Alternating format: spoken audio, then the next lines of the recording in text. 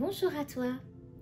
En regardant la crèche, tu te demandes sûrement comment moi, j'ai pu me retrouver au cœur du plus beau moment de l'humanité. Alors, laisse-moi te raconter mon histoire. Moi, je suis un berger parmi tous les bergers des environs de Bethléem. L'Évangile, tout comme moi, ne te dira pas mon nom, pour te signifier déjà qu'à mon époque, j'étais l'inconnu des campagnes. Pas besoin de carte d'identité. J'existais aux yeux des autres que par mon travail. Oui, pour eux, je suis le gardien, celui qui veille jour et nuit sur le troupeau de moutons. C'est tout, mais c'est vrai. C'est même d'ailleurs ce que je fais de mieux. C'est peut-être dérisoire, mais ce travail représente l'essence même de ma vie. Je ne vis que pour mes animaux, pour m'en occuper, pour les soigner, pour en prendre soin. Je suis un berger comme tous les autres bergers. Je vis en marge de la société. À cause de mes conditions de vie, de mon métier si épuisant, sans véritable jour de repos, je n'attire pas le monde. Et le monde n'a pas l'air de se soucier de moi.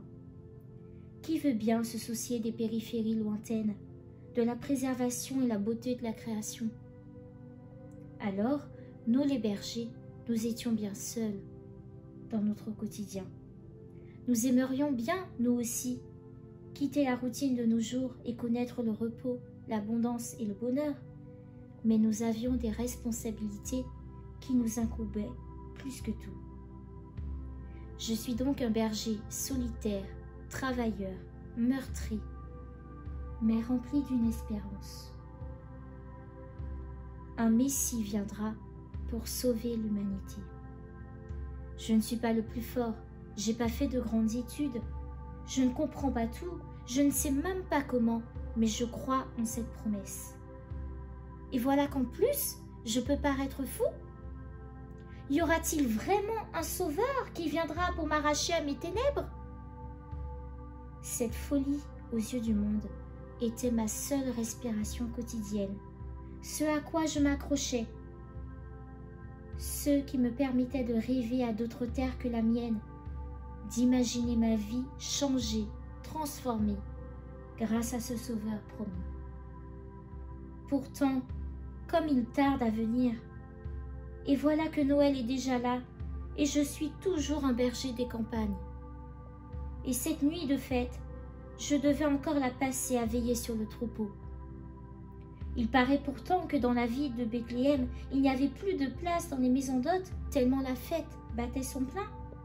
Mais moi, je ne suis pas invitée. Ma seule compagnie est le ciel, ou plutôt cette étoile qui brille plus que d'habitude. Je l'ai suivie du regard, remplie de questions. Pourquoi est-elle si lumineuse? Qu'a-t-elle de si particulier? Et voici qu'elle est maintenant jusqu'en haut du ciel, et que son faisceau intense de lumière descend sur terre et semble indiquer une voie. Le cœur toujours tourmenté, j'entends l'ange de Dieu. Soyez sans crainte, car voici, je viens vous annoncer une bonne nouvelle, qui sera une grande joie pour tout le peuple.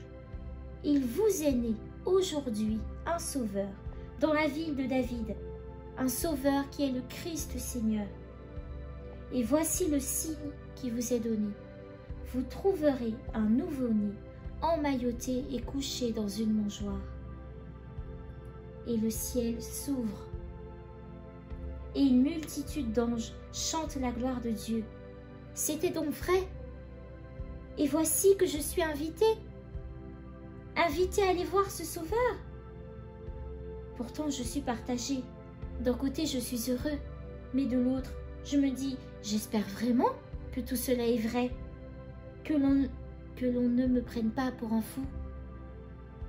Alors, je me suis levée et je me suis mise en marche, guidée par l'étoile, avec mes camarades bergers. Et nous sommes arrivés face à une étape. Et j'ai vu cet homme, cette femme et ce nouveau-né couché dans la mangeoire. Et mon cœur s'emballe. tout était vrai. Tout est vrai. Le Messie promis, incarné dans la chair, est venu jusqu'à nous, et je suis l'un des premiers à l'avoir vu. Dans le secret de la nuit, dans ma vie bien routinière et solitaire, voilà qu'il se révèle à mon cœur.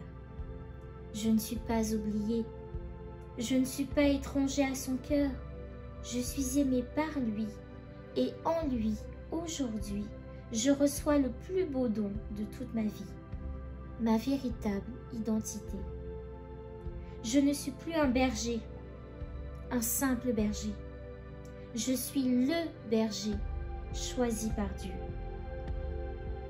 Et tous les jours, il me choisit pour contempler sa grâce et vivre de ses bienfaits. Mais c'est à moi à ouvrir les yeux pour l'accueillir et l'honorer de tout mon cœur. Voilà mon histoire de Noël. Et peut-être elle te rejoint aussi. Car si toi aussi tu as l'impression d'être inconnu, dérisoire aux yeux du monde, sache que pour Dieu, tu as toute ta place et toute ta vie est don d'amour.